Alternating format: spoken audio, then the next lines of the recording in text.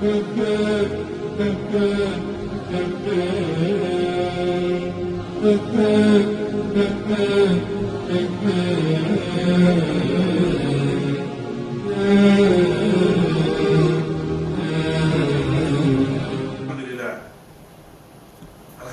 Rabbil Alameen wa afdalu salat wa atamu taslim ala Sayyidina Muhammadin wa ala alihi wa sahbihi ajma'in wa radiyallahu ta'ala an asatid al-tabi'in wa ulama al-amilin wa a'immatul arabat al-mujtahidin wa muqarridihim ila yawmiddin.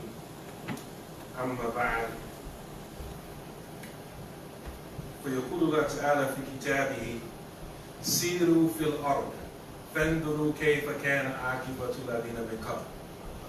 After praising Allah subhanahu wa ta'ala and sending peace and blessings upon his beloved Prophet Muhammad, may Allah bless him and grant him peace, I mentioned a verse from the Quran, and this verse is repeated many times in the Quran. Allah says, Siru fil ard, which means travel in the earth. Fanduru kayfa kana aqibatu alladhina min qabl, and see what was the outcome, or what was the end, or what was the end result of those who came before you. And so in these verses where Allah mentions these things, you see how he highlights the importance of knowing one's history. And Allah also says, وَلَن تَجِدَ لِسُنَّةِ اللَّهِ تَبْدِيلًا. You will never find a change in Allah's sunnah. We often talk about the sunnah or the methodology or the tradition of the Prophet Muhammad sallallahu alaihi wasallam. May Allah bless him and grant him peace. But Allah mentions in the Quran that he also has a sunnah.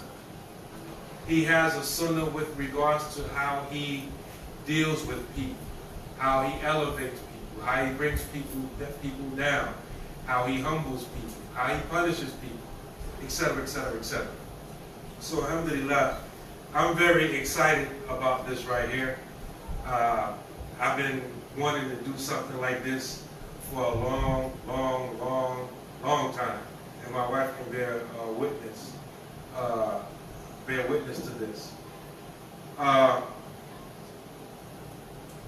Alhamdulillah, many of you brothers and sisters here, you know this brother sitting next to me much better than I do. And the few times that I've spoken to him, I don't know if he could read my face or whatever, but when he begins to talk, I'm like, subhanAllah, this brother is a treasure chest of information, knowledge, wisdom, etc. And I'm like, subhanAllah, like, does nobody see what I see? You know what I mean? And so I thought it's mandatory that, you know, we document and we record some of the information and the knowledge that this brother has. And alhamdulillah, if there are any sisters upstairs and they want to come downstairs, feel free. We have chairs, so feel free. You can stay upstairs or come downstairs. It's good. As the topic indicates, we're going to have a conversation with our brother Abdul Mustaqeem regarding the history of Islam in Pittsburgh in general and the history of Masjid in particular. And I want to say before we get into it that I'm more concerned with the integrity of the historical record more than I'm concerned about political correctness. You know, some people, when they tell history, they soft shoe around certain issues, or they omit certain important parts because it's not politically correct. And when it comes to history, it's not really good to do that. Just imagine, for example, in my family, my personal family, according to my knowledge, there are 4 of us that are Muslim, have been. According to my knowledge, there may be more, including myself. Now just imagine if someone in my family wanted to do a biography or a history of my family. And because I'm Muslim, They just leave out that whole branch of the family. That's not telling the true history. You left out a whole branch. There's a whole Islamic branch to the family, right? You're just going to leave it out because you have an issue or you don't feel comfortable about Islam. And so I feel the same way about this, so I want to put that out there as we go into it. You know, alhamdulillah, because you know when you deal with our history, there's always issues. So, you know, I don't feel like we need to leave any of that stuff out because it's more important that we know our history, we know our ups, our downs, and our mistakes, so that we know to avoid those mistakes. So, alhamdulillah, we're doing this in a conversation format. So those of you who are sitting here, I want to ask you to exercise some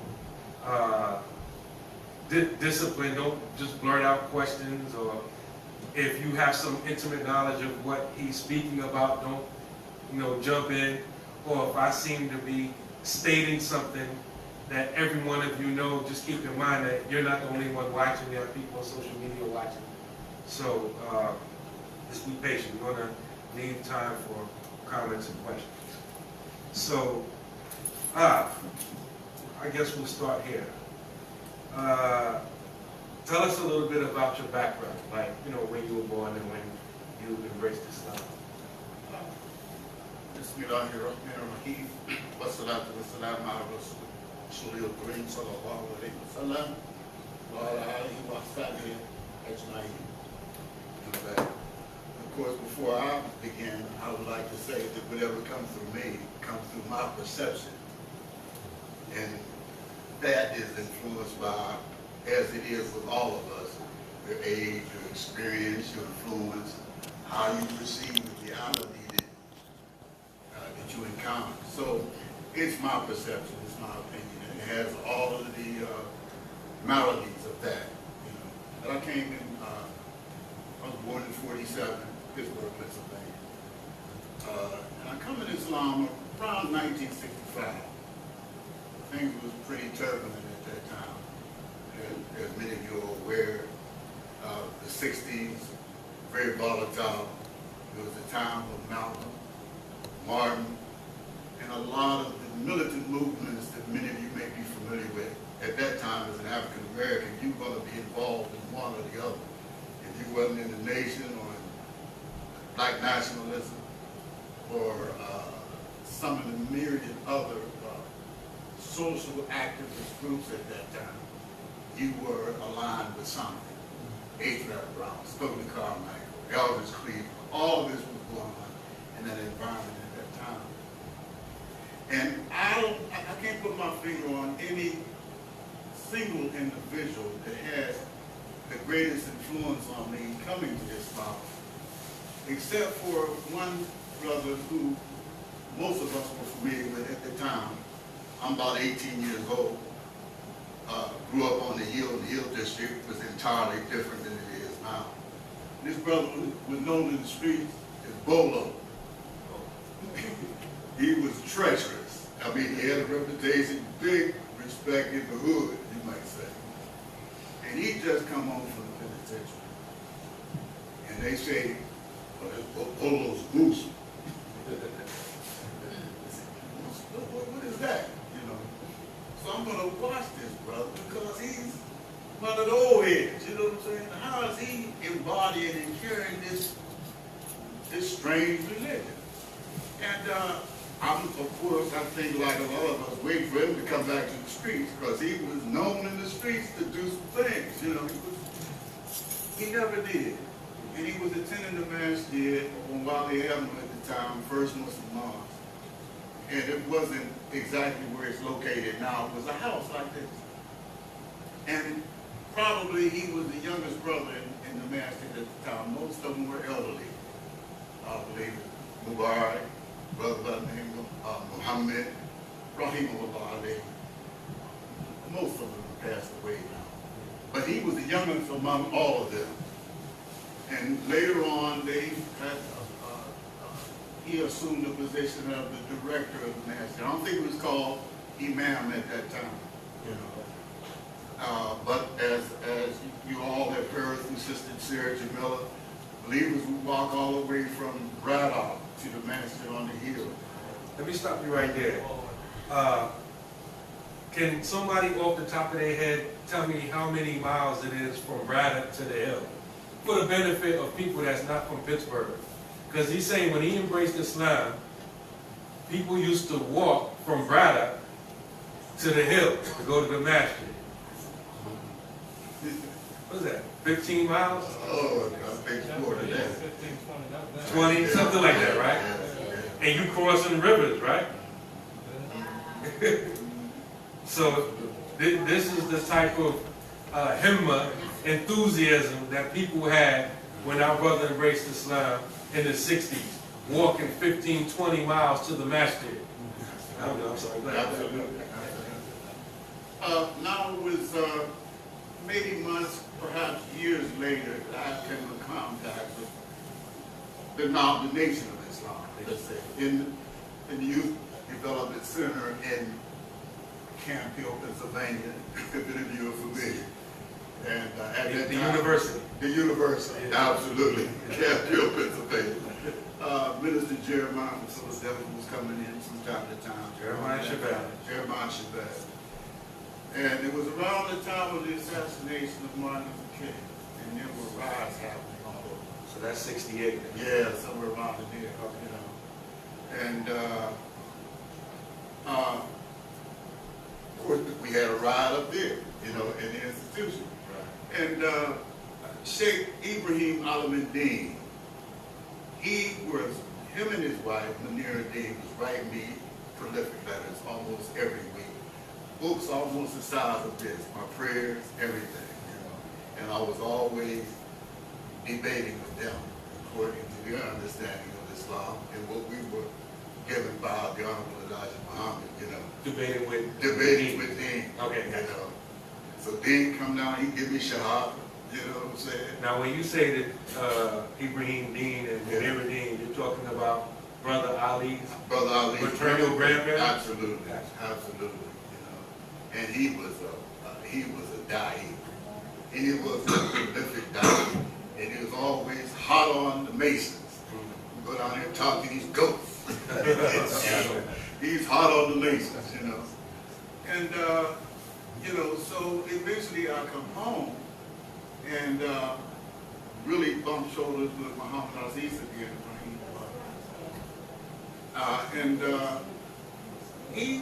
He was going through something. He had brought down at the time, I don't want to skip over too much, the Imam Mansour Ahmed.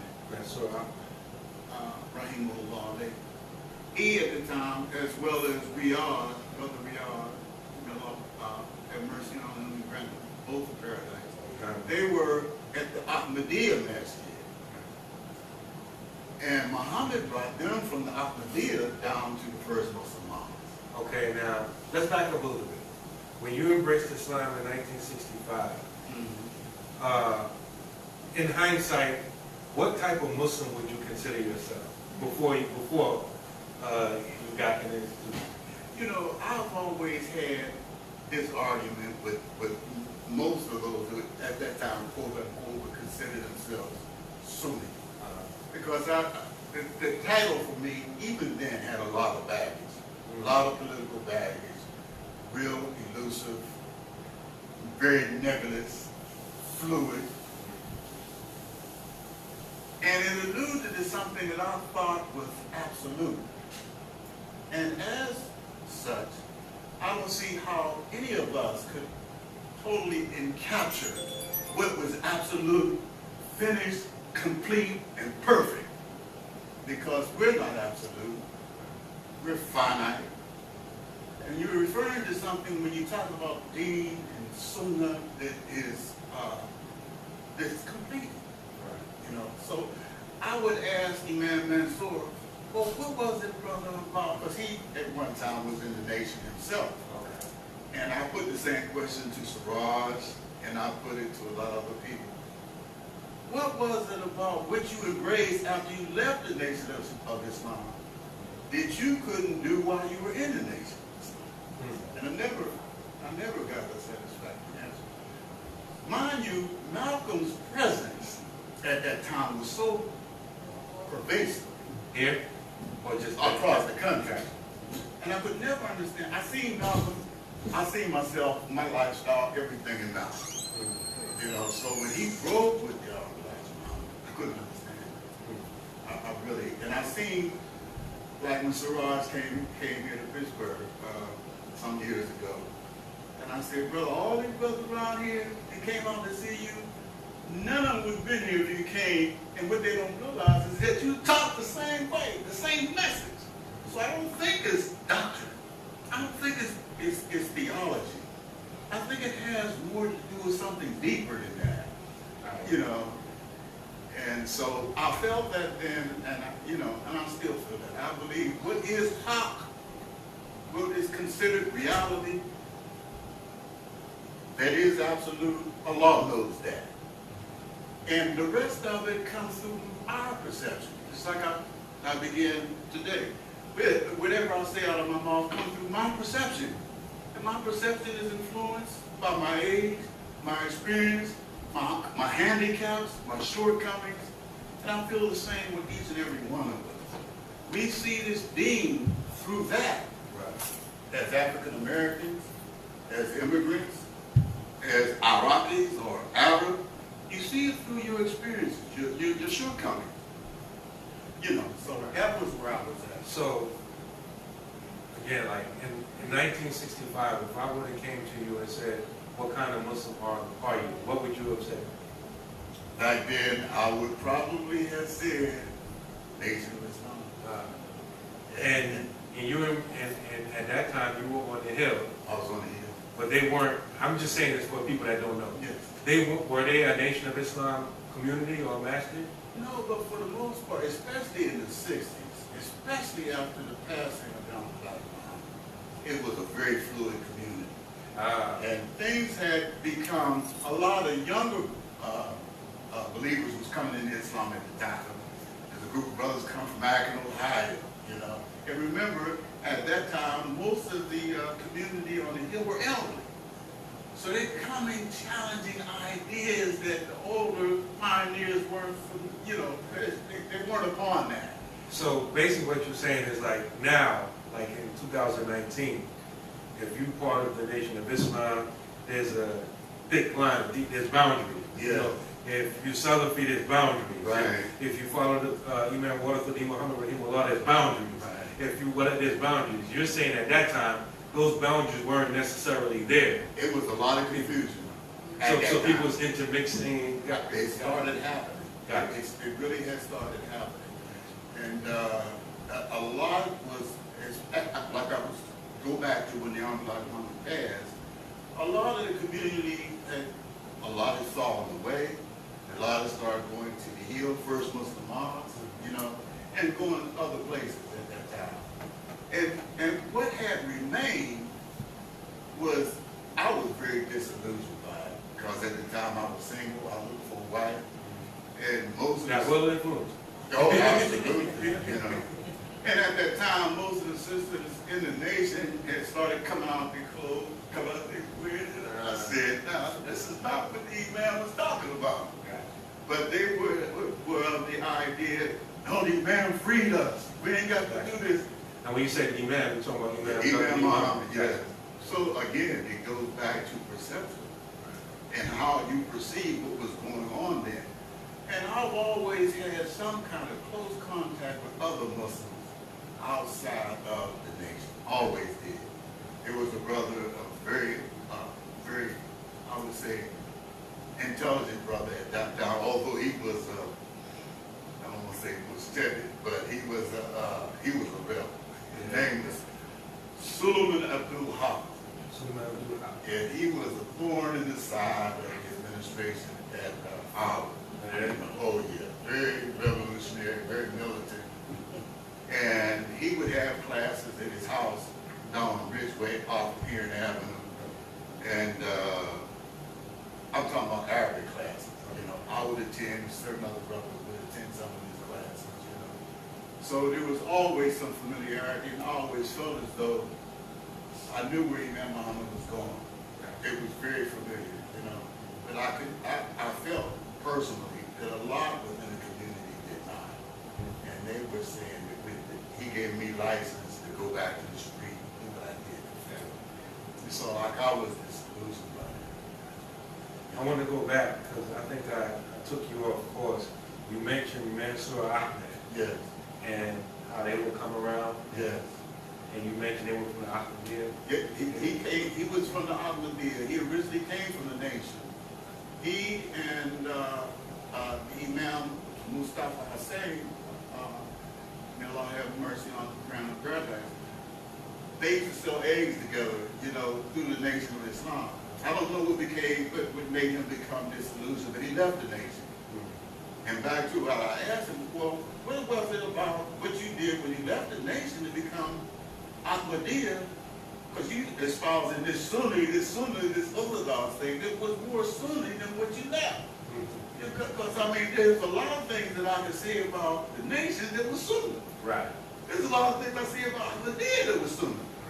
And if you could just play back some of the language of the quote-unquote Sunni Muslims, what was being called Sunni back then, what was being called Sunni, they would probably deny and renounce that language. It wasn't.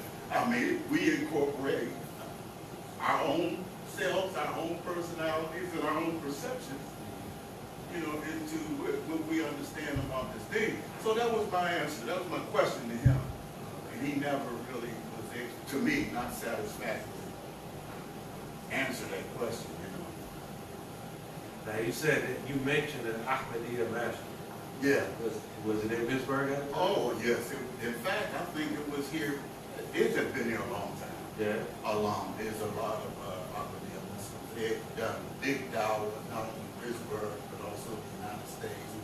I'm sure you're familiar that the Nation of Islam still read out their translations of the Quran. Exactly. And other literature that they have, you know. Did they have the same building in Wilkinsburg that No, they have now? no, they were on the hill. They were on the hill too? Yeah. Come to find out. And another thing, when I came home from prison, I had a little girl from Little Sweetheart before I went to prison.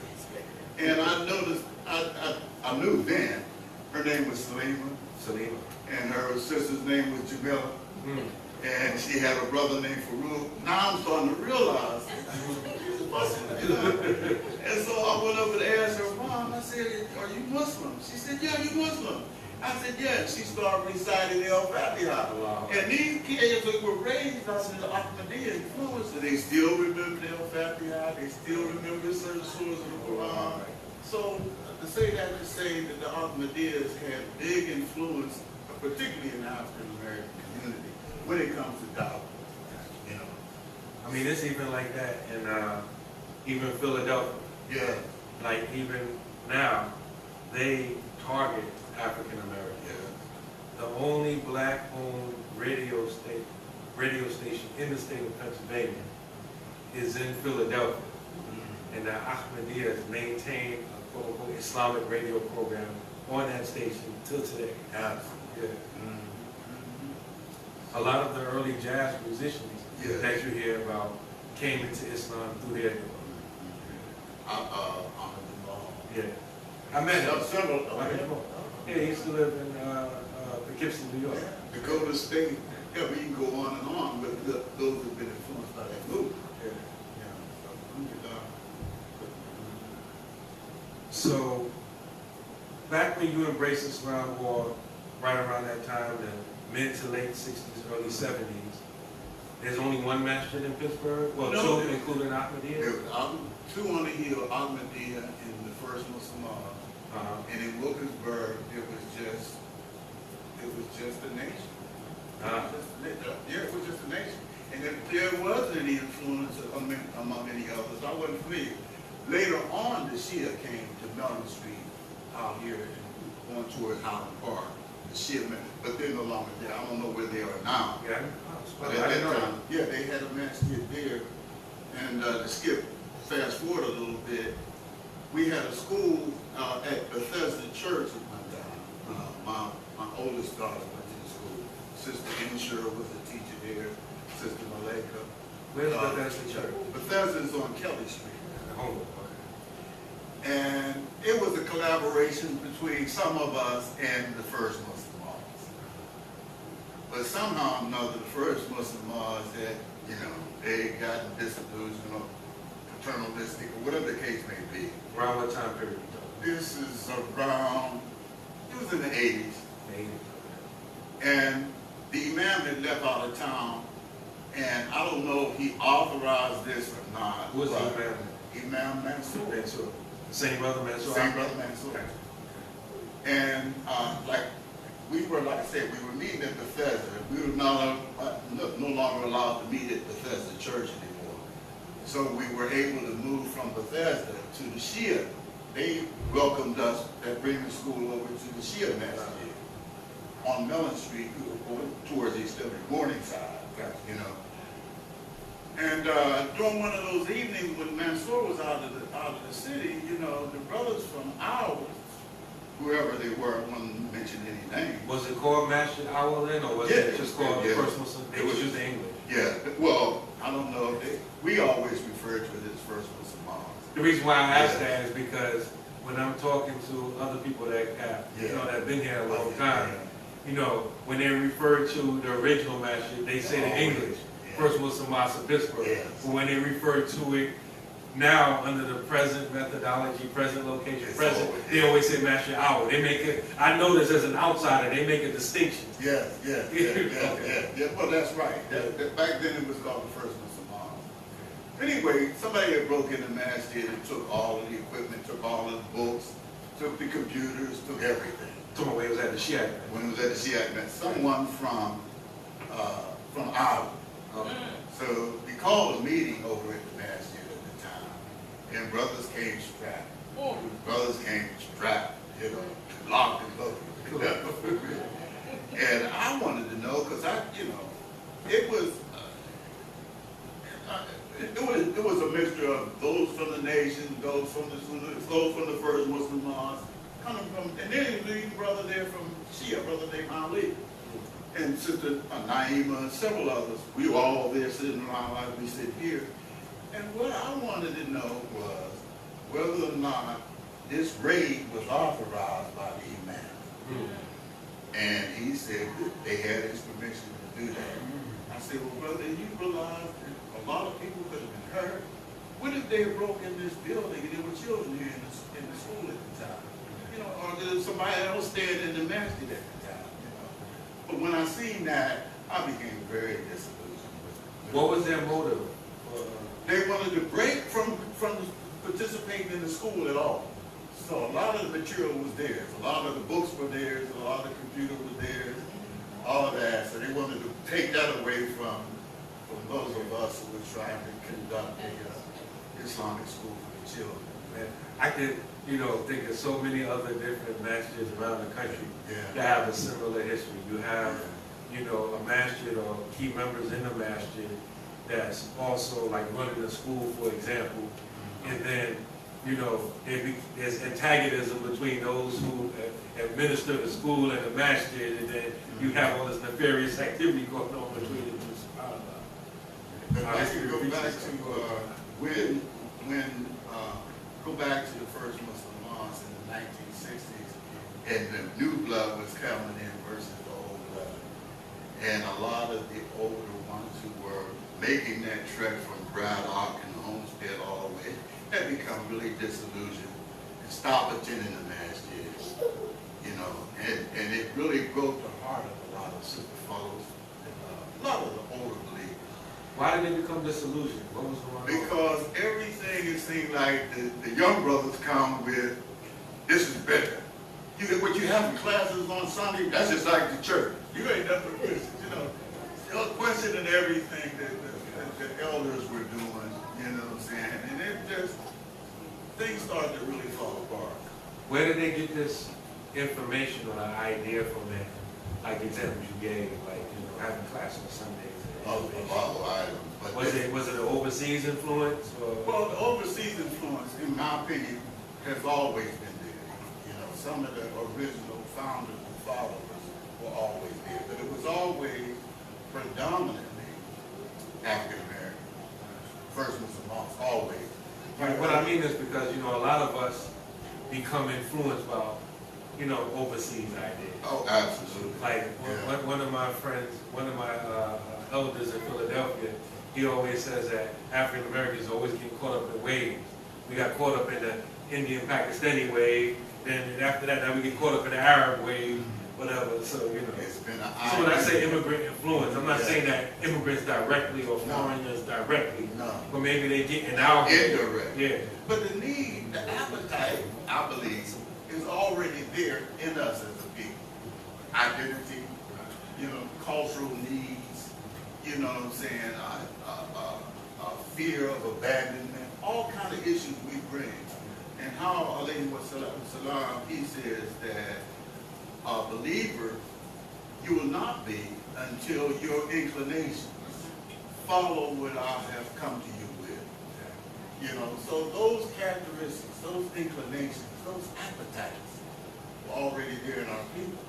And a lot of these foreign influences sought to feed those appetites and address those appetites for identity, for recognition, for peoplehood, for nationhood, all of those sort of things. And we try to interpret and filter the religion through our experience and our understanding. And that's what resulted from that, in my opinion. And, certain brothers like Imam Muhammad Aziz, the brother I referred to as Bola, Rahimullah, and Mubarak Abdullah, he's also the uncle of brother Ali Dean, and his wife Malika, and so many others. They still was nourishing the hope for an indigenous masjid. A masjid that would express the interest and the concern of the African American. And this is the genesis, this is the beginning of masjid with me. He wanted to see a masjid that doors would be open, whatever influence you came under. Whether madhab was sealed or any, it was open to you, you know what I mean? But he had a certain paranoia about it because of the experience that he had on the hill. Right, so that's what I wanted to ask you. So they had this journey, and he didn't feel like First Muslim March fulfilled that? Well, like I said, he made hijrah along with some of the body. So at that time, he was working in the housing authority up in Garfield, and he was saving his money. And Brother Mubarak, same thing, saving his money. Sister Madira Dean, same thing, they contributed, you know, to the effort of establishing another masjid because they felt that we lost the masjid on the hill. You Now, know? what year are we talking about? It was in the 80s, but I think it really began even before that. Their efforts and because I'm sure they were leading around that issue even in the 70s. Because I can recall Muhammad Aziz coming and eating almost every night in Ramadan, especially at the Shabazz restaurant in Homewood. You know, he always kept good relationships with the nation. And if you would see him, you would find he was from the nation. Always in the suit down, Patmore, and all that stuff. He was a boxer too. Yeah, absolutely. So he was there. Muhammad Aziz, we're talking about the first imam of this masjid, Masjid al-Mulk. Yeah. Y'all know that, right? I'm just saying it. For him, if you were Muslim, you were Muslim. He didn't care what affiliation you had. He would make you feel welcome. Hence, when the start of this community here, you know, I would say you have more members from the community of the Association of Imam Muhammad than probably anywhere else. You know, I mean, the walls that was torn down, the bathroom that used to be here, all of these, Brother Raoul, and certain other brothers, you know, they were a part of the community. The only two brothers I can think of course, this brother was meeting out on Craig at one of the high-rise buildings on Craig, Noor. They had a Jamaa'ah going on around at that same time. But other than that, most everybody in the association who was there in that association in the first experience under the Nation of Islam. Gotcha. Not Louis Farrakhan Nation of Gotcha. Islam, but the Nation of Islam under them were either actively supporting the effort here, you know what I'm saying, or were contributing to the effort here. I can only think of probably no more than two who wasn't, you know. So now, at that time, you mentioned the Shiite Masjid in Highland Park, Morningside area, First Muslim Mosque, Ahmadiyya Masjid. Are there any other masjids? Not that I'm familiar with, that ever gotten off the ground, never got off the ground. So there was no, y'all already know this, I'm just saying it for the record. So there was no ICP, Dar Islam? Oh, well, ICP, that got started in the 80s. I believe, if I'm not mistaken, somebody can correct me. ICP got started. So at the time period you're talking about ICP or Dar Islam as it was known back then? Yeah. It's open? It started meeting at one of the campus rooms on Pitt. Okay. And, So they didn't have a building? They didn't have a building. They didn't get the building until they got the building on Forbes. I forgot the address, right? You know, right around where the health center was. They got the building there. And I'm skipping around a whole lot. But the school also went from the Shia building to over there at the ICP when it was on Forbes Avenue. And as under the directorship of Imam Tariq, Rahimullah, and Malaika, and Dawud Akbar, and certain others. And there was a brother by the name of Tyrone Ward. His name is Abdul Hussein. You know, he also was solicited to help and be a director, but he never did come on board. But they had the school over there. So the school was established before the masjid was established? Yes. Yes, absolutely. I was doing a khutbah over there as a fundraiser at the time. And Yusuf Ali was there, and Imam Tariq was there. He said, "You mean I got a building?" He said, "We got a, where's that?" You know, 537 Boston Avenue. Oh, we're going to get up there, you know. So then they started coming, and that's when I say the paranoia came in. The paranoia? I'm going to hold this, ain't nothing going to happen to it. What was he worried about? I don't know. Not the experience on the hill. Okay. The experience he had on the hill. And it took a lot of convincing to convince Imam Muhammad Aziz to sell the building to the community. Because he just was afraid of it, you know. Being co-opted. Yeah, being co-opted. He was really afraid of that, you know. And so we said, well, no, wait. Brother Jamil, you sell all of us. Had to kind of convince him that that's not going to happen here. But sure enough, a lot of politics took place afterwards. You know. So about what year did they acquire the building? Did you all acquire? Late 80s, early 90s. 91, I think, somewhere around. 91? Late 80s, somewhere around there. I'm not sure. I wasn't looking for it in my little booklet. I couldn't find it. But I know it was around there. And I got a cookbook where brother was speaking when we still at Sister Dean's house. Because we started meeting at Sister Dean's house, moved the furniture around to the side, and I was vending on the hill at the time, and Muhammad came to me and told me, we're meeting over Sister Dean's house, and we come by and attend the meeting, you know. Where was her house? On Ottawa Street.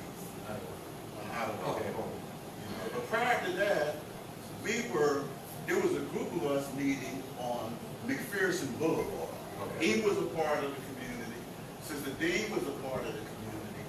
And just months prior to that, we had buried her husband, Sheikh Ibrahim Dean. We had just buried her husband. So, and Mubarak was a part of the community. But it was somebody's house.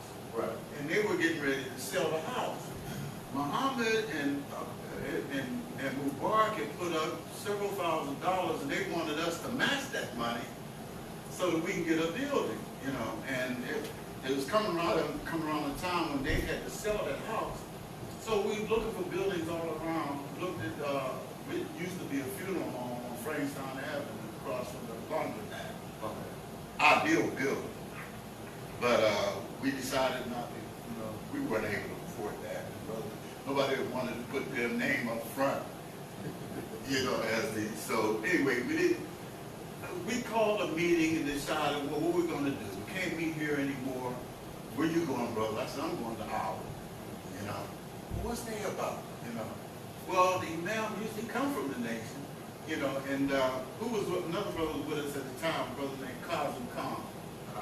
He's with Imam Sarraj. They started the Muslim Alliance in North America. He was with us at the time. And they had a tennis shoe called Bowl Tennis Shoe. Connie Hawkins and Kenny Durrett and all been promoted the shoe. And, well, what's that about? You know, I said, well, they've been here for a while. He's such and such. But that's where I'm going. Community split up from that point on. And fast forward to when Muhammad Aziz approached me on the hill, said, we meet, this is the dean's house. You're going to come out, brother. He told you he was coming out. Yeah. He didn't ask me. No, he had started meeting 2 or 3 times before I even got there. When I got there, I loved it. You know, when I got there, I just loved it. The older brothers and sisters, you know what I'm saying, the commitment, the love, the loyalty, you know, the spirit was good. Sister Dean, like I say, Sister Evelyn, sister named Hosseina. And it wasn't a lot of people there, you know what I mean? Jamil started coming out, you know, and eventually we were looking for a building. So when you say y'all were having meetings there, meetings, classes, Juma mainly just Juma. Just mainly Juma. And around that, we were more or less meeting around finding a spot. Okay. And we looked all over for spots. Right down the street here used to be the 88 bar. We looked at that spot. We looked at a whole lot of spots, you know, until we finally found this. And there was a lot of opposition to the neighbors here because they didn't want us here. They was concerned about parking spaces. There was a lady across the street who was a police officer, lesbian police officer. She was down at the city county building protesting us ever being able to get the building because we got enough churches on our street. We don't need this building because we're going to have a problem with parking space. She was a problem all the time she was here. Yeah. She was a problem the whole time she was here. Her mama, she stayed with her mother, Caucasian lady, you know. I don't know whatever happened. Right across the street. She was a police, you know. And I had a store on the hill, and during the time, I don't want to wander, you know, but she was just trying to cause a problem. Let's put it like that. She tried to cause a problem wherever she finds it. And she was posted up on the hill. She was always across the hill there. You know. So ICP at this time was still on 4. It was still on 4. Yeah, it moved from 4s to where it is now. Yeah. Can you tell us a little bit more about Imam Aziz, Muhammad Aziz? Well, it was around the time that he started really developing this tuberculosis problem. He wasn't able, you know, to really get around as much as he did before, you know, that I think played a big part in changing his mind about the selling of the building, you know, and he had gotten healed, you know, and we were on the way back from Washington, D.C. when we got the news that he had passed away, you know, and it wasn't a long or prolonged illness or anything, but it was just how it happened was really, it seemed so sudden, you know, it really overwhelmed me. I don't know if anything affected me. Of course, I had also a good friend who was in the community, Brother Zayd. I heard his name. His sons come here from time to time, Muhammad, they still come. And, you know, he and myself and his nephew, Abdul Masjid, coming back from Washington, D.C., and got the word that Muhammad had passed.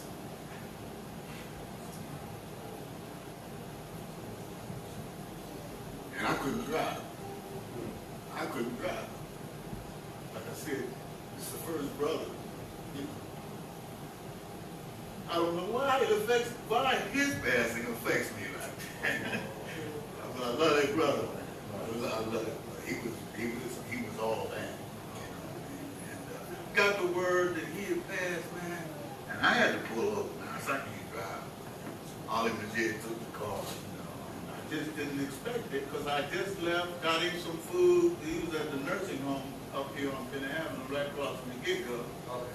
And I just brought him meals for, it was around Eid time, man. So they said, take this up to him, take that up to him, you know. Just took all the food up to him to get the word in his fast. It was like, bam! I said, oh, God, I can't believe it. But yeah, he was my old here for real. Yeah. What year did he pass? 2000. And he always seemed older, but I'm older than him now than he was when he passed. You know, he was 70 when he passed. But I always thought of him as much older than myself, you know. And he was much older than myself, but still, you know, I perceive things. Everything is perception. You know. So when he passed, so if he passed in 2000, this Masjid had been functioning for about 10 years. Yeah. Can you tell us about, you know, classes, teachers, Yeah. the makeup of the congregation, etc. Yeah. The makeup that time period? A lot who were there then, few that don't come anymore. Some are not alive anymore. But as you recall, at that time, Luke was here, you know, and several people have been on the Masjid since then. Even Brother Khalid has been on the Masjid, and others have been on the Masjid, you know. And at one time, Luke was sick. Money was withdrawn from the Sadika, but not the 7 intensive Arabic. I think I mentioned it to you before we was on the other. Sent him on an intensive Arabic or Islamic course out in California. And when he comes back, it, you know, things that, and there was a lot of politicking going on around the San Corey. He's making reference to Sheikh Hamza Yusuf. He had a very, I think it's historic as far as the political ramifications in the whole country. He had a conference, I think it was a weekend conference, called Remembering the Days of Allah. And what he's saying is that the community had, this community had took money to send Luqman Salam over to California for that program. And go ahead, you can. Yeah, that's absolutely. I have a lot to interject at Yes, this point. yes, So go ahead. So that's how that happened. He come back, and around in that period of time, Muhammad Sharif and the community was coming from out of town. We had a press conference and everything outside. We talked about groundbreaking for a new building out here, on the side of the. I was there. Jim Roddy and all of them was here, and they was having a big hoopla about that. The shovel with This the yellow shovel, ribbon. yeah, with the yellow ribbons. Oh man, you know. So there was a lot of drama around that time. That's all I can say, you know. And a lot of things was going on at that time. I remember at the time, I was living between my hometown, New York, and Massachusetts. And I had a mutual friend of ours named Kwame.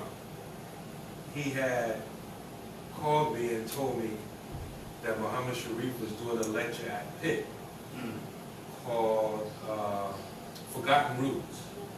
Sylvia and Joseph was one of the speakers. You know the sister that wrote the book, Servants of Allah. And there was a few other speakers. So I had drove out here with my son, you know him, Saeed. He works the camera doing Juma. He was about 10 years old at the time. We drove out here from Massachusetts. And I got with Muhammad Sharif, because me and Muhammad Sharif had met in Birmingham, England. I was giving a lecture to out there, and so we met, we exchanged information. He told me at the time that he was on the way to Sudan. He was coming back to the United States because of some issues he had in California. So I had his contact information from where he was going to be in Sudan. So when I heard that he was speaking in Pitt, it was a surprise for me. So when we drove out here, because see at the time, for me and a few other people, we had come under the we were looking to become part of a Jamaa'ah, a community. And so we had ran through our mental Rolodex of people who we could possibly give bay'ah to, oath of allegiance. And Muhammad Sharif was one of those names.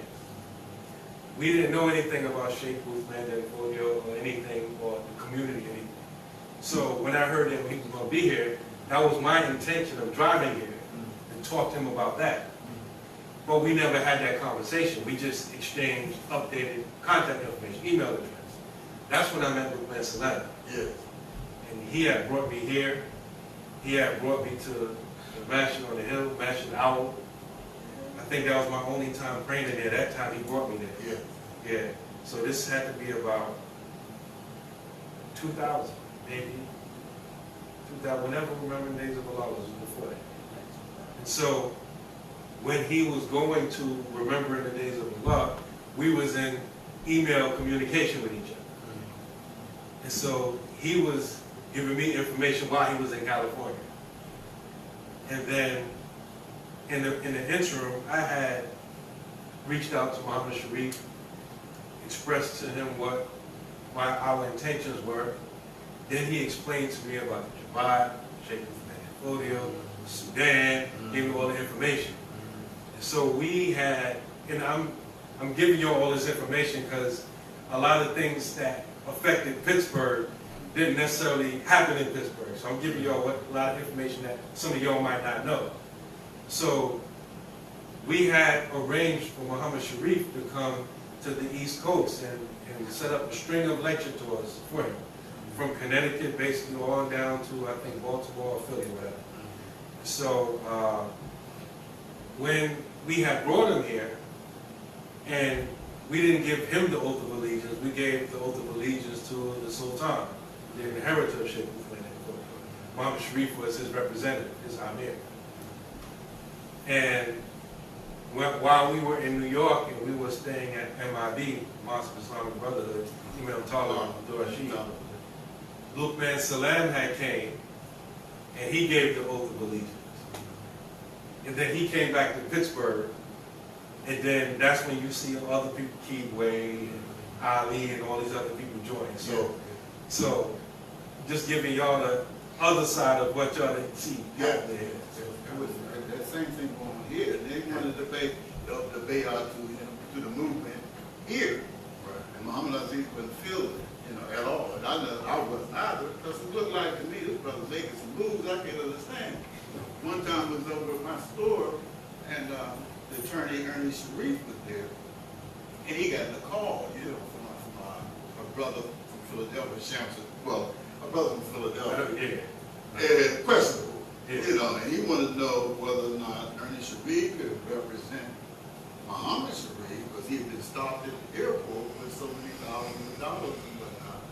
So Ernie asked me, "Who's this Muhammad Sharif?"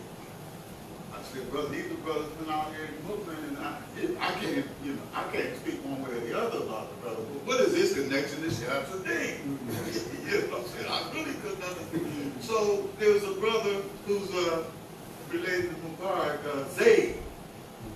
He come and he called somebody up into Philadelphia and said, "Brother, just walk right here around the brother." And that's the way I took it from there on. A lot of y'all don't know, the brother who he mentioned, he took over Philadelphia Masjid after Jeremiah Shabbat. Yes. And I lost the camera. Oh, at a certain period of time, now, mind you, from my perspective, like you said, everything is perspective, but at this time, I'm not part of Masjid movement. I'm in the Jamaa'ah under Muhammad Sharif. And he made a call out for a lot of us to come to Pittsburgh. Some of us still here. A lot of us. That's why I never thought I'd be moving to Pittsburgh, but like he basically ordered me to move to Pittsburgh. And so I came to Pittsburgh and bought my first house right here on Meadow Street. And so, alhamdulillah, at that time when we came, we were told that, alhamdulillah, we have a confederation with Masjid al-Mu'min. Masjid al-Mu'min is trying to, build a masjid from the ground up You know, they have a lot of, you know, revitalization projects, whatever. You know, we have the education, so we're going to be working together for each other's mutual benefit. And at this time, the sisters were still praying downstairs. When I first moved here, there was still somebody living upstairs. And they had just left. I remember one time coming from June, and I remember there's some music upstairs. Oh. But the Jamaa'ah or Sankori Institute had rented upstairs from Masjid. And then then we was upstairs. So just to give y'all a picture for y'all that came later, like, so at this time you have this influx of non-Pittsburghers here at this Masjid. You got brothers from California, brothers from Texas, brothers from New York, brothers from Massachusetts, you know, all here. And I remember counting, there were at least 20-something of us, not including children, that moved here from outside of the city, or at Masjid Mukmin. So this is what he's referring to. Quick question. Go ahead. Comment. The initial question was about like how the community looked when Muhammad Aziz was the imam. It seemed like that Sankori movement became more Imam Tariq was in charge. Yeah, she's right. That's what I remember, because I never met Imam Muhammad Aziz. Right. And I was just thinking about how, you know, when we were younger, like, you know, how the community looked. You know, it was like a lot of just African American, blue collar, hard working brothers who came here, and it was just, you know, it was a beautiful time. And I was just thinking of having Imam Walter right next to me, thinking about how, like, think about the history of when Masjid and Noor got started over on, what was the original, like, when you talked about it. But I also remember when it was in the high rise too. Yeah. And think about like when it was like all that was together. And speaking like that's kind of how Masjid Mukmin looked during the time of Imam Aziz. And it seemed like the, you know, the Sankori thing started like more in the tenure of Imam Tariq. You're right, because he said Imam Aziz passed in 2000. I remember exactly when I moved here in 2003, and what we've been speaking about had taken place before then. So these things happen like right back to back. I remember Imam Aziz coming. We were here at the time. I remember him coming and saying he must have been dropped over at, he stopped by at Trenton. He said the brothers is over there painting. And so we said, oh, they got a spot. I said, yeah, they got a spot over on Trenton, and they're painting and so forth and so on. We were already here then. You know, so I'm not sure exactly what time, but that would pinpoint around the. Can you break off a little bit into that history? Because I remember when I first moved here, I met Imam Hussein. They still had some property on Holwood Avenue, and they told me that they was doing Juma, and I'm like, where? Like, something was going on, but it wasn't like, oh. You know, and I knew that brothers was on Trent, and can you like break off on that history? Well, when the transition came, and Ahmad Pet, Imam Muhammad coming into leadership, he started setting them new kind of dynamics. He had trading posts and this and that.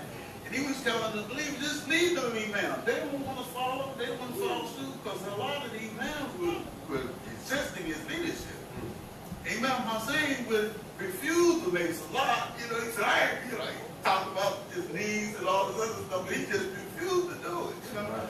So a group of us migrated. We made hijrah from there to Brada, you know, and we had on Fourth Street, Fourth, had made hijrah from there to Brada. So there's been a lot of different moves being made at the time. Yeah.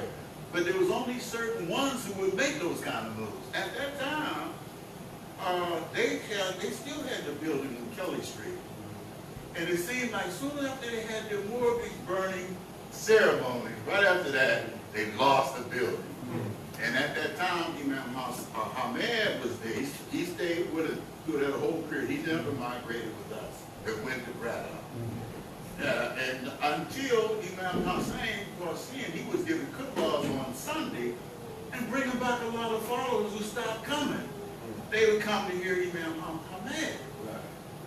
So what happened is that Imam Hussein changed the locks on the door. He changed the locks. And I think that is what triggered the migration of Ahmed from there to Trenton, because he didn't have no spot no more. So he goes up to Trenton, and the rest is history. Imam Walter was the imam at the time, And Trenton. at Trenton, and we were, a lot of us around in that area, I don't know the time sequence, but I know at one point or another, we were meeting on McPherson Boulevard a lot. Kazim Khan, myself, Raul, Bashir, I'm sorry, Sister D, just the list goes on. And, I think I just want to reiterate something that you mentioned earlier, that he's mentioning all of these different things going on. You can't really think about that history the way things are now. Like basically, you had ICP, you had ICP. He explained to us that things were a lot more fluid back then, and people was intermingling more. absolutely. And the way Islam was practiced, the way it was seen and expressed was a lot different. And what was that, the 1965, when the immigrants come here? Yeah, the immigration reform. The immigration Civil rights reform, movement, yeah. civil rights movement behind Martin Luther King and whatnot. It was, I mean, the demographics was entirely different back then. You know, I mean, the amount of immigrants you would see in the street. So the stereotype that they had of Muslims, you know what I'm saying, in general, had a lot to do with the work that was put in by those who were here already. You know what I mean? And not so much anybody coming from overseas. You know. Before we continue with that, When did Imam Tariq got in the picture? Right after Imam Muhammad passed? he said, he's asking when did Imam Tariq come in the picture, right after Imam Tariq passed? No, Imam Tariq, they were. I mean, after Imam Aziz passed. After Imam Aziz passed, yes, after Imam Aziz had passed. At that time, he was having a class, he had classes here, you know, at the time, and several of the believers was in his class. But prior to that, there were classes going on all along, different brothers, you know, one brother by the name of Abdul R. He had an Arabic class, and he produced a lot of scholars out of his class, you know. Egyptian brother, right? Egyptian brother. Sister Donna, she was sent to El Azhar, Zayd's widow, Sister Najwa, others came out of that class. There was another sister named Najwa who was married to Jabril. She was in that class, you know. So there were classes going on here all along prior to that time, you know. But Tariq, he did have a class, you know.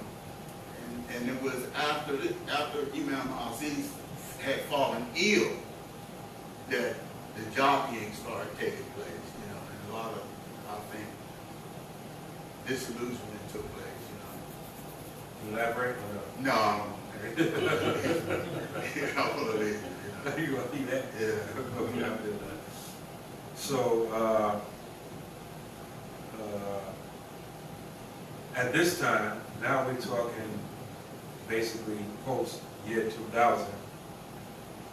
How many masjids or which masjids were established in Pittsburgh or in the Pittsburgh area? And well, now we've got, you know, you have Monroeville and Dar and Baptist on the north side. I understand they can make a break ground in another place in one spot. In Manchester, I heard, you know, our, you know, and but as far as those three, to my knowledge, four to my knowledge, as far as the indigenous Muslim is concerned, I would say here, north side, north, and for the most part, our, you know, indigenous. And I think that, huh?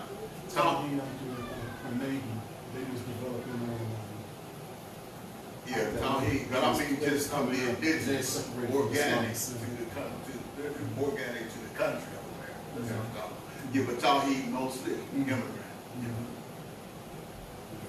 Anybody got any questions or you feel like that was? You mentioned back in 60s, 70s, that there's a lot of mixing between nation, first Muslim mosque, Ahmadiyya, Shia. What influence did the more science people have here? Oh, Because I know there's a lot of babies or L's here, so what influence do they have? big influence. They had a lot of influence. Just in case anybody didn't hear, brother asked, you know, he said that he mentioned you know, the influences of the Nation of Islam, the Ahmadiyya, the so-called Sunni community, all these different, he asked about the influence of the Moorish Science Temple. I would say they've had the influence. I've always had knowledge and had been affected and influenced by the Moorish Science movement. I would have to say they had some effect on me, except my perception of Islam, put it like that. You know, but to me it wasn't comprehensive enough to really address the needs that I felt that we had as a people. They talked about nationality, and again, this is just my perception, you know. And perhaps my brother, he could tell you more about, I know the influence in your family as well, you know what I'm saying? But it never really, to me, took root in the city of Pittsburgh. Majority of it now is over on South Bell Super area, you know. So, they still have their place. and They have a place where it's They're in Homewood, I forget what street it's on. You know the street from Moorish it's Science? not on Lincoln anymore. No, I moved from Lincoln. Yeah. It's like off I was just over there for a fish fry the other day. But you know, they still have the temple. Yeah. I think that one thing that's like, I was just thinking about how, one thing that's beautiful about the system is just how it's all still fluid, like in the sense that all these people are still here. Ideas are still here. And know every mosque we talked about that started off in the 60s, are still here. And it's just like, you know, it's just, like I always thought about like my mother does in history. I was thinking about how like you need to, or even you like need to finish this piece for like, it's like the here and now. It's talking about how all these places are still, you know, this history is still alive. Because even like the Ahmadiyya, nobody really has a big relationship with people. But they got that big building right in Wilkinsburg. You know, the Moorish Science Temple is still here. You know, and Moore is still here. You know. But the Moorish Science Temple, I mean, they're still there. And you know, that history is still extremely familiar. Do you think that the Moorish Science Temple, let me ask this question, did they have any significant numbers in comparison to the other communities? I don't think they have. I really don't.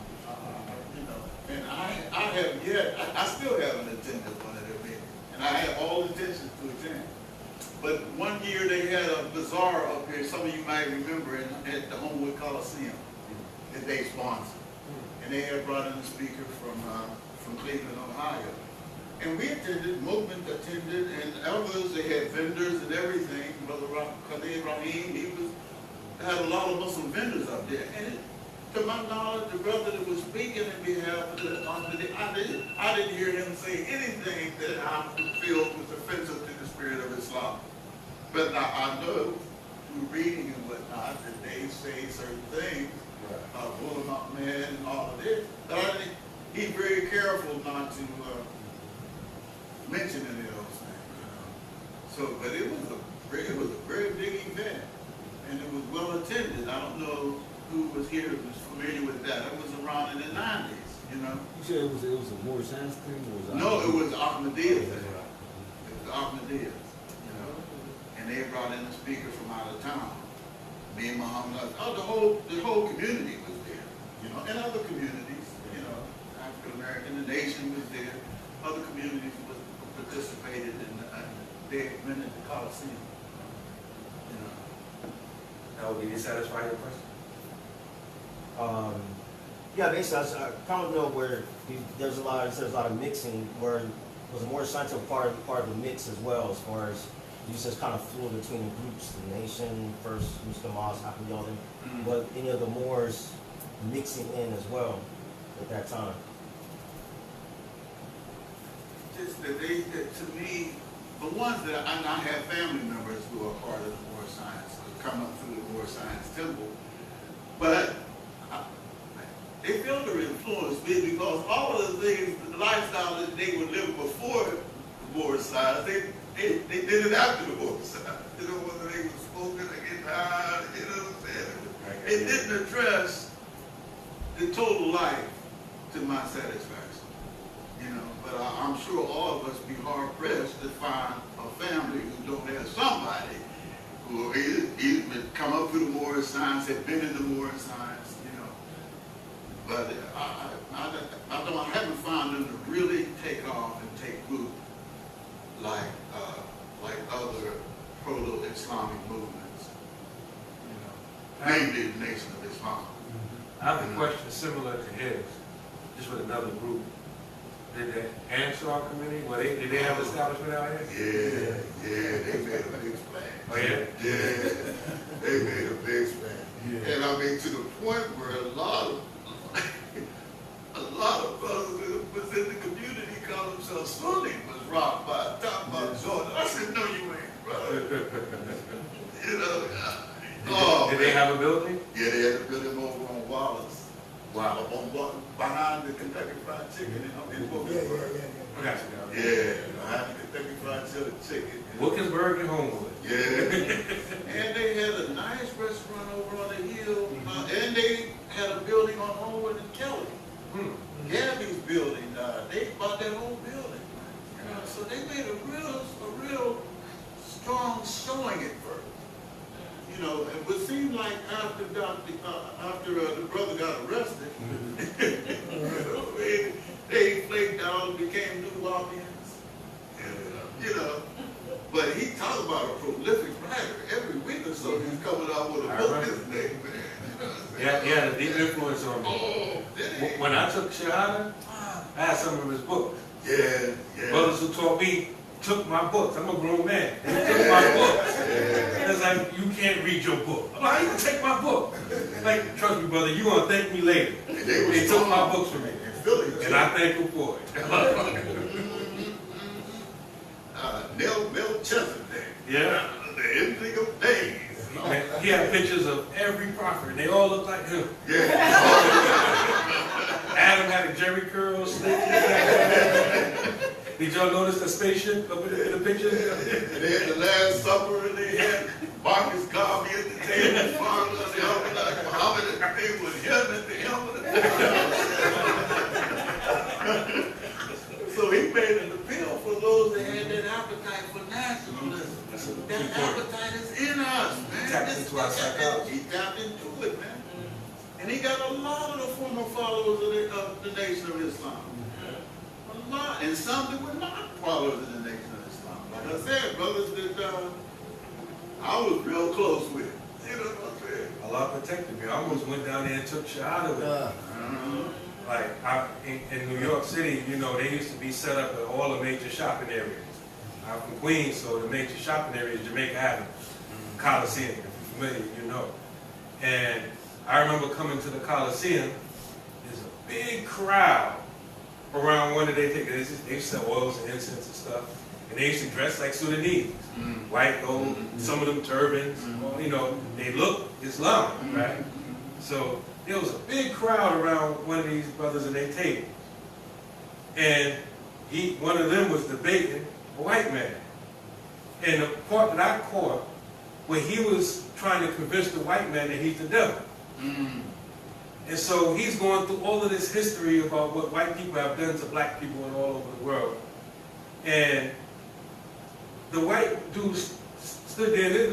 I don't know anything about the white man, but if you were to ask me to guess what his profession was, I would say college professor, based on the way he was dressed. He was dressed casual, you know. And so he sat there and he was like, I can't argue with you. Based upon what you have brought, I can't. I got to come to the same conclusion that you came to.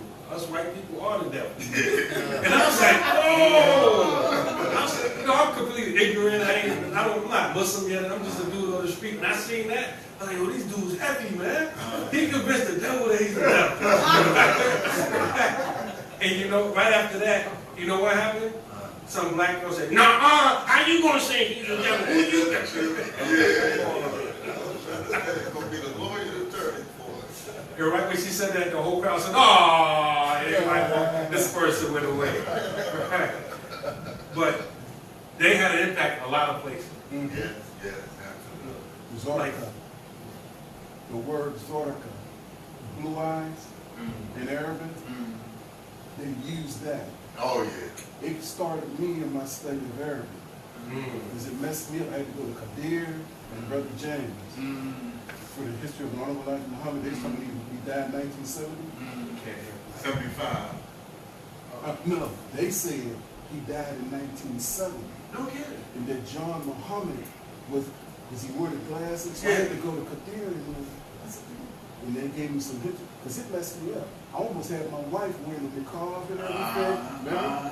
Yeah, brother. I mean, it was. Yeah. For those of you who couldn't hear what another one of our esteemed elders and brothers was saying, he was saying that based upon the history we just mentioned, like the way he interpreted Blue Eyes, it inspired him to get into and learn the Arabic. He mentioned some names I weren't familiar with. Yeah, Zorka, the word Zorka in Arabic, in the Quran, they call it clear, they say clear eyes in the Quran. But they say no, it means he was, Isa. He was very good with the Arabic, very good. But what threw it off was he had that Christmas album with him with the Jerry curls and the sisters in the background. What was their names? They had a name. He had a music group. Dr. York. He had a Dr. music York. group. Yeah, Dr. York. But he had a music group. What you talk about? Yes. He literally had a music group, a studio, singers, Yes. everything. Yes. And it was on the radio. Yes, bro. I forgot the name of it, but there's a popular R&B song Yes. that you would have thought it was from Peaches and Yes, Herb, but that's it was right. Dr. York. That's I can't right. remember. That's right. I can't remember. So I gotta look it up. Somebody Anytime on he social would media. dress, as a Muslim. At night he'd be in the clubs. Yeah. Yes, indeed. Yeah, man, it was. Yeah. Me and one of the brothers used to go out selling together. Brother Samar, he was Ansar, We used to go out selling together back then. Another question. Did the so-called nation of gods and earth, the 5% nation, did they have a big impact here? No, I don't think they ever really had a real impact. But one of our brothers, one of our elders had a daughter who was married a couple years ago. She was a part of them, one of the 5% nation. And that was the first time I really seen the kind of impact that they've had in the city.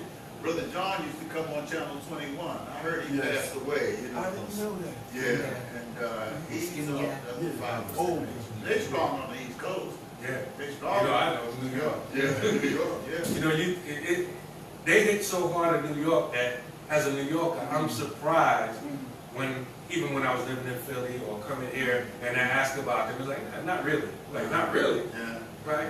Because you know, New York, birthplace of hip hop, Rakim, Yeah. Daddy King, all these people were 5%, so you think, well, you know, but their impact wasn't like these other ones. Alhamdulillah, the history that you gave us about walking from Grotto to the Masjid on the hill, this should encourage good and young people here. At least today, most of us have transportation, so we'll be able to at least to come to the Masjid and make salah. Also, thanks for the history again. Like, when y'all were there was a little bit of tension feeling, but business-wise, y'all were connected together, doing business together. The imam just came from New York City, a couple of days ago, and we were talking, and he was telling you about halal restaurants everywhere. Yeah. And with the history of Islam in Pittsburgh, I think that's what we like now. So what can we do, we the young people now coming out? Future of building the masjid or renovating. How do we come together and put our money together and at least have some halal spot on the east side here? Well, that's something we need to concentrate on because that is the womb out of which these people were born. I heard a brother on the internet talk about Jihad Shafir, the kind of sacrifice, he's the imam now in Los Angeles, California. And he talked about the kind of sacrifices that his parents made and the kind of sacrifices that those pioneers made back then. They were willing to give it all.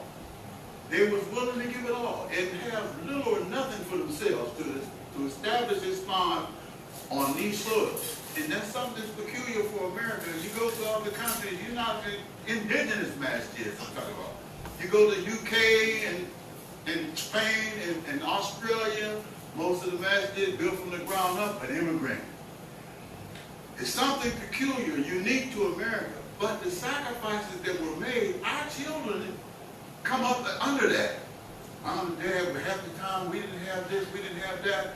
I ain't gonna do that when I come of age. They go to school, they go to college, and they're determined not to make the kind of sacrifices, and they don't build out the shoulders upon which they stand. And it's, you know, and the womb that they were born out of is a different kind of womb that we came from. You know, and I liken it to the kind of stages of development you see in an individual. We are born into the world, we become toddlers, and from toddlers we go into young adults, and from young adults we go into decline. And there's certain things that's typical of every one of those stages. You know, at birth you have the terrible twos. There's certain things that's typical of all terrible twos. You got to childproof your house because they're going to do this and that. Certain things that's typical of all adolescents, teenagers. And there's certain things that's typical of the declining years, the geriatric years. You know, when you come into dementia, perhaps, you become decrepit. If you look at it, that same scenario on the whole history of humanity, you know, I think that we are in, and Allah knows best, but I've heard a lot of the scholars speak of the same thing. We're in the Isha of those years. I mean, the environment in which we live is not as new and pristine and virgin as it was for the world that Adam came up in, for example, or Noah, or George Washington for that matter. George Washington is not a rebirth of Donald Trump. You know, so we're not left to reinvent the world. Every gene, every DNA that was in Adam is in our children. So they don't have the appetite that we had. You're not going to have the 60s anymore. It's not going to happen like that. We're involved in something that's organic and is constantly growing. And Allah is the one that's changing the seasons. And if you ask me, I think the season we're in right now, Gil said, winter in America, we're in the Isha, you know, and we're in the Isha of our lives, you know, and really we need to tighten our belts. We can't afford to make the same kind of mistake. I'm talking about collectively, as an ummah, nationwide, it was made back in the 60s. You know, we were naive. Not only was I, as an individual, naive to the world and to the deen, but I could see that that was happening across the board. We can't afford that. We don't have that kind of naivete. We can't afford that kind of naivete. This is my opinion. And that leads me to my next question. What worries you, if anything, about the Muslim Ummah in Pittsburgh? Same thing that worries me about the Muslim Ummah nationwide, and that is to be able to accept differences, accept diversity. It's a part of accepting Allah for who He is. And you're going to be different. There's going to always be differences. People are always coming into the deen, and they're not coming in equipped with the same information that you're equipped with. Your children is not going to see this thing like you see it. So don't expect me to see the deen through the lens of somebody else. They've had their own experience. They come up in a different part of the world, different time. You think of some of the people you really revered and looked up to years ago. Ask yourself why. Then you'll think about the womb that they came out of. Not only do they no longer exist, that environment no longer exists. And Allah is the one that produces the womb. He creates the womb out of which we're born. And if you respect that, you're going to always be able to respect differences. You know, you can't. You're not going to make Donald Trump out of Dwight D. Eisenhower. If I could just use that analogy, you know, we are different, and it's supposed to be that way. It's one of Allah's signs. He's good, and He only does what is good. He creates you and what you do. What impresses you about the Muslim Ummah in Pittsburgh?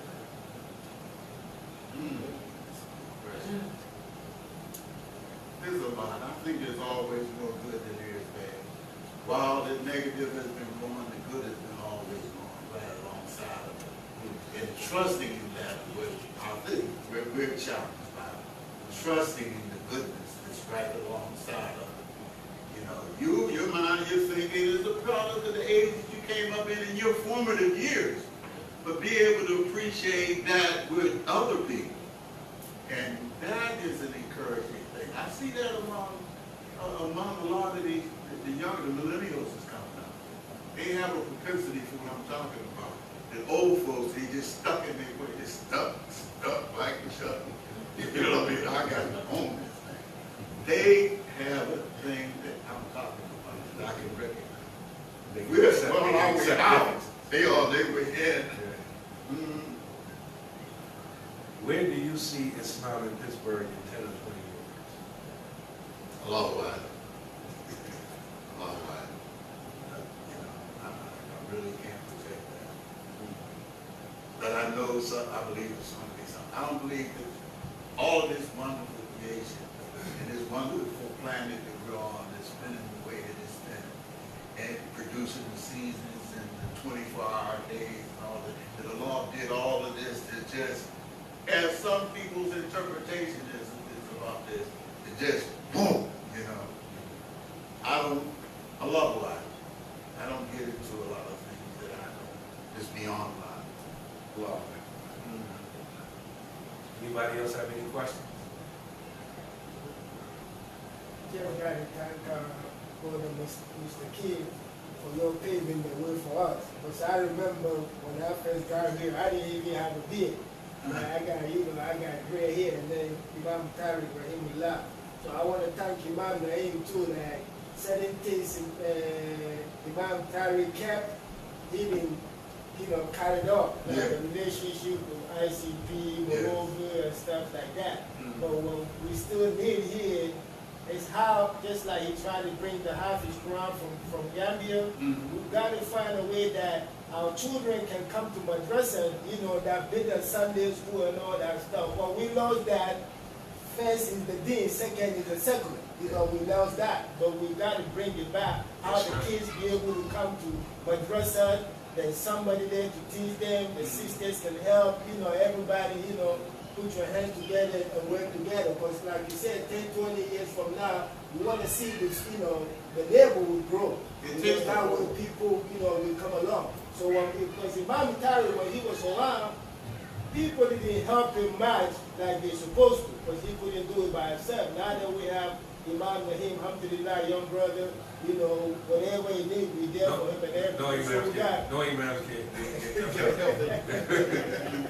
I'm sure you bear with it. to bring some of the 60s back. Yeah. I got a question. What qualities did the sisters possess back then that you think sisters now, the women now, need to internalize to make, things better, to make progress in our communities? I think that and this may be due to, again, the naivete. The closest of the sisterhood back then, I think, was stronger than and the support that they would receive from other sisters. My children still call one sister Strap of Me. Because her name was Amina Bay. And she hear the way some of my children would talk to my wife. And look, if I hear you say that again, I'm going to get my strap on you and I'm going to burn it. They had that kind of one with the other and the other's he.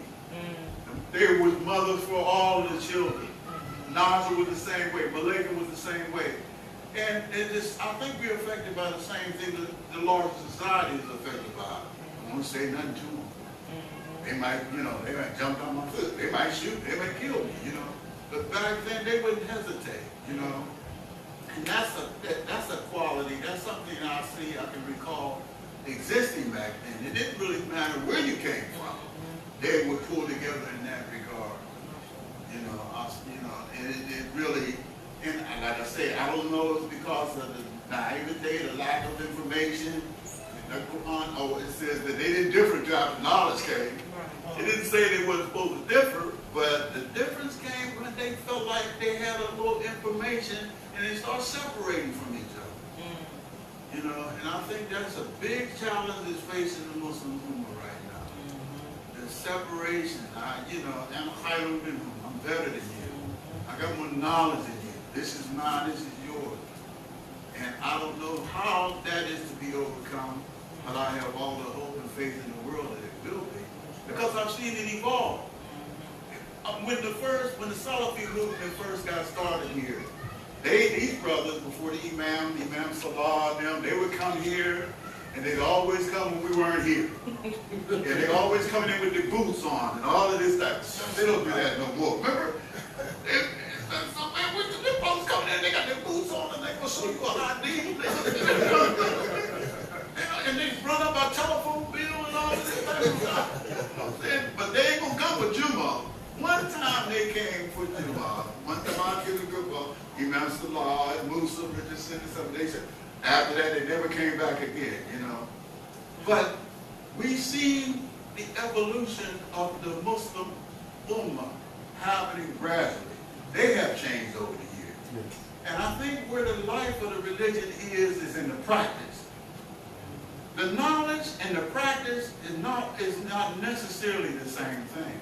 You may have the information, and that's something that, like I said, is perfect, it's absolute. But do you have the inclination to reach out to your sister, to reach out to your brother, and do that which Allah has, inspired that you do? And that's where the rubber meets the road. It's in the practice. That's the life of the religion.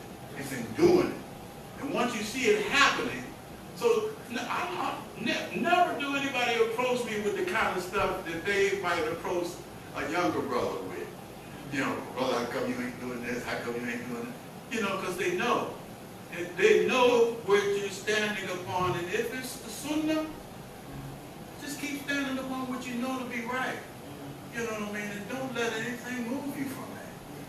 And eventually, it may not happen overnight, but change will in increments. Change is taking place. Just as we speak, change is taking place. And trust Allah.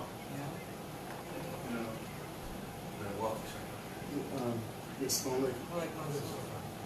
I think that the depths of love that we had was much more genuine based upon how we lived the life. Right. It's that, if something happened to a Muslim, we would gather. My son had gotten to an incident where they hit him in the head. I made some phone calls, brothers was over my house. When Imam Tar's daughter was bumped by one of the, this is when the gangs was around. This goes back to the history of how Rashad got started. They bumped her, did something to her leg. Tar had called, we had came over, sat down, talked, we walked through, looking for where they were at. There was 15 of us. And was able to locate them, the ones that did it and everything, and talk to them. The same thing happened in Homewood and Newark. At least 100 Crips out there.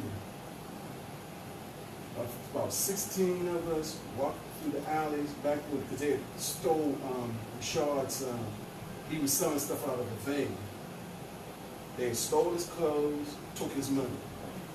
He called us, we met over there at the YMCA. During that, we walked up and up. We couldn't find them brothers nowhere. We couldn't find them nowhere. So the love was much more genuine. And this was a Masjid year. We were over there. But the love was more genuine based upon how we lived the life.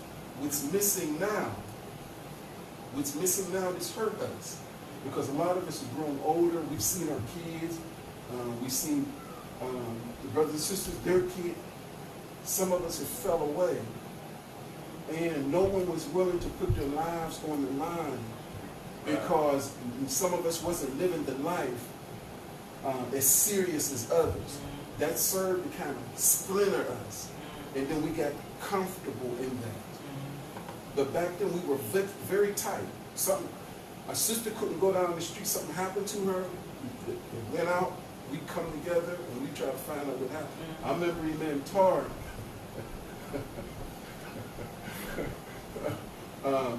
Our brother disrespected his wife by saying something. And Oh, we're okay. Meanwhile, the brother was in the hospital, and, you know, some things happened. I'm gonna leave it at that. For everyone that was listening online, I don't know if you heard or not, but the brother was mentioning how, you know, also in response to the question the sister had about any advice about, you know, what the sisters had back then that the sisters nowadays may lack. He added to that by saying it was more of a genuine love between the believers then than now, and based upon how they were practicing Islam. So, you know, if one Muslim got hurt or was injured or was harmed, the whole Muslim community would come out and, you know, defend or protect that Muslim brother or sister. This kind of thing that's lacking now. Any more questions? Questions, anyone? Got an encyclopedia there. You know, he held back on y'all, you know. All right, so alhamdulillah. May Allah reward you, may Allah bless you for coming out. I really appreciate it. I was excited about this. I appreciate you, brother. Alhamdulillah, alhamdulillah. Alhamdulillah. You look like you got a question. Yeah. You want to ask it?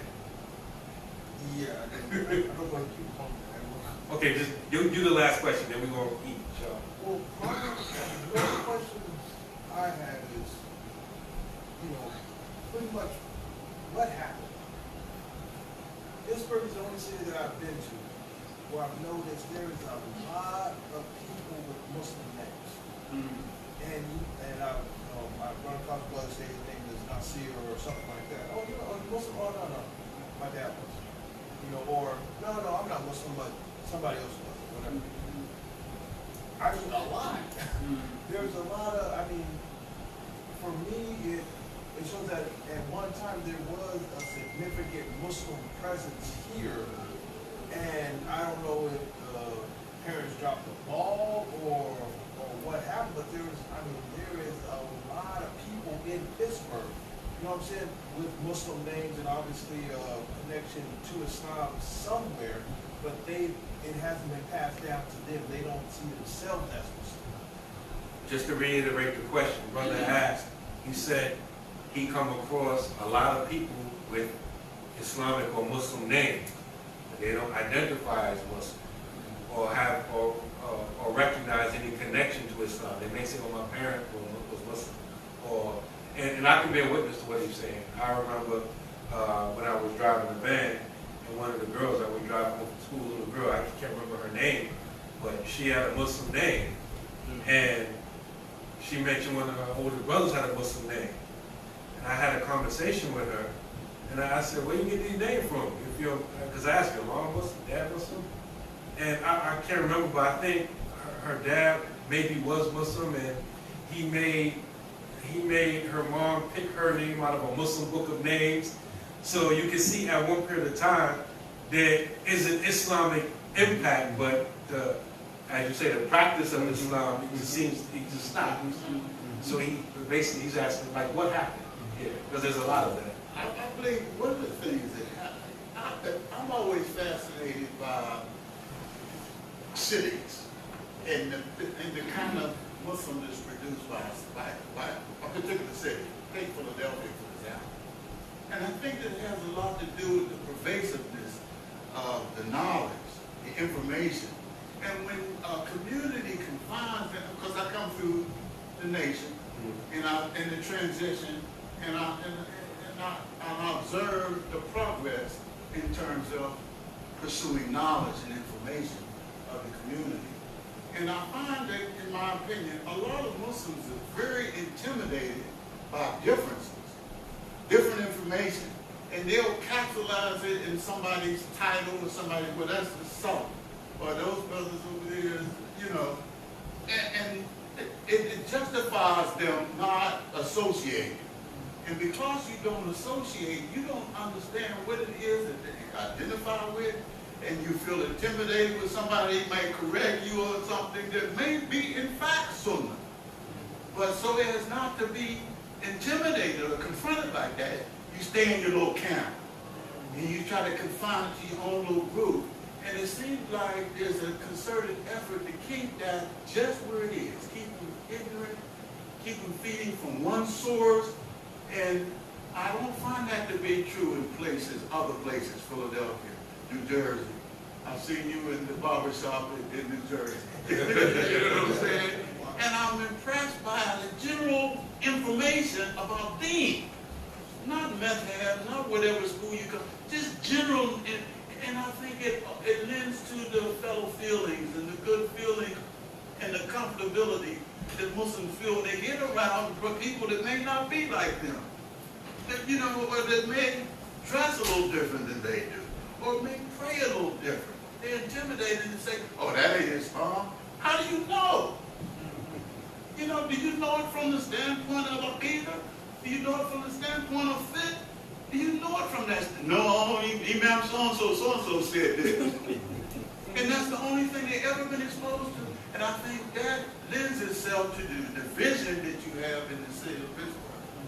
You know, there's three things that I think you need to be familiar. You need to be familiar with Abu Bakr, Uthman, and Ali, and the Salaf, and know what that truly means.